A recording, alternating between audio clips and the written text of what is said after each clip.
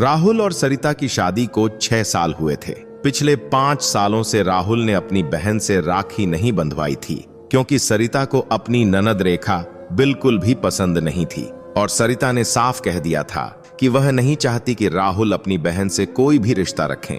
आज राखी का दिन था। सरिता अपने भाई के पास गई हुई थी और अपने भाई को राखी बांध रही थी। दोनों भाई बहन बचपन के यादों को ताजा करके खुश हो रहे थे और मजे कर रहे थे। राहुल चुपचाप एक कोने में बैठा था, अपने बचपन और अपनी बहन को बहुत शिद्दत से याद कर रहा था और तभी उसे एहसास हुआ कि अपनी मूर्खता में उसने अपने जीवन के 5 साल अपनी कलाई सूनी रखकर गुजार दिए। थोड़ी ही देर में राहुल ने कहा, जल्दी चलो, मुझे भी अपनी बहन के घर जाना है राखी बंधवाने। सरिता ने साफ बोला, कोई जरूरत नहीं है वहां जाने की। मुझे रेखा दीदी बिल्कुल भी पसंद नहीं है। मुझे फूटी आंख नहीं सुहाती है तुम्हारी बहन। राहुल बोला, वह सब मुझे नहीं पता।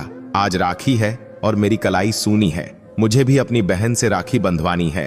अब सरिता ने भी साफ बोला, तुम्हें मुझ में या अपनी बहन में से किसी एक को चुनना पड़ेगा। मैं तुम्हारी बहन के साथ कोई रिश्ता नहीं रख सकती। राहुल ने भी साफ बोला, अगर चुनने की बात है तो मेरी मजबूरी है।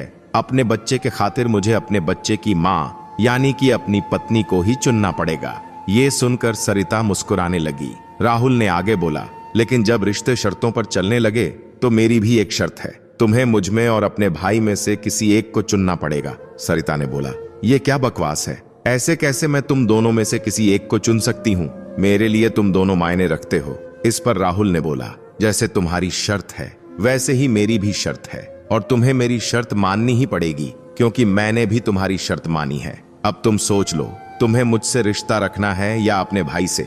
मैं बाहर गाड़ी में इंतजार कर रहा हूँ। 10 मिनट में अपना जवाब दे देना, कहकर राहुल अपनी गाड़ी में जाकर बैठ गया। 10 मिनट के बाद सरिता गाड़ी में आ चुकी थी, यह बोलते हुए, जल्दी चलो, रेखा दीदी के घर चलना है, नहीं तो राखी का मुहूर्त बीत जाएगा। क्योंकि अब सरिता को यह समझ में आ चुका था कि शर्तों पर रिश्ते नहीं निभाए जाते।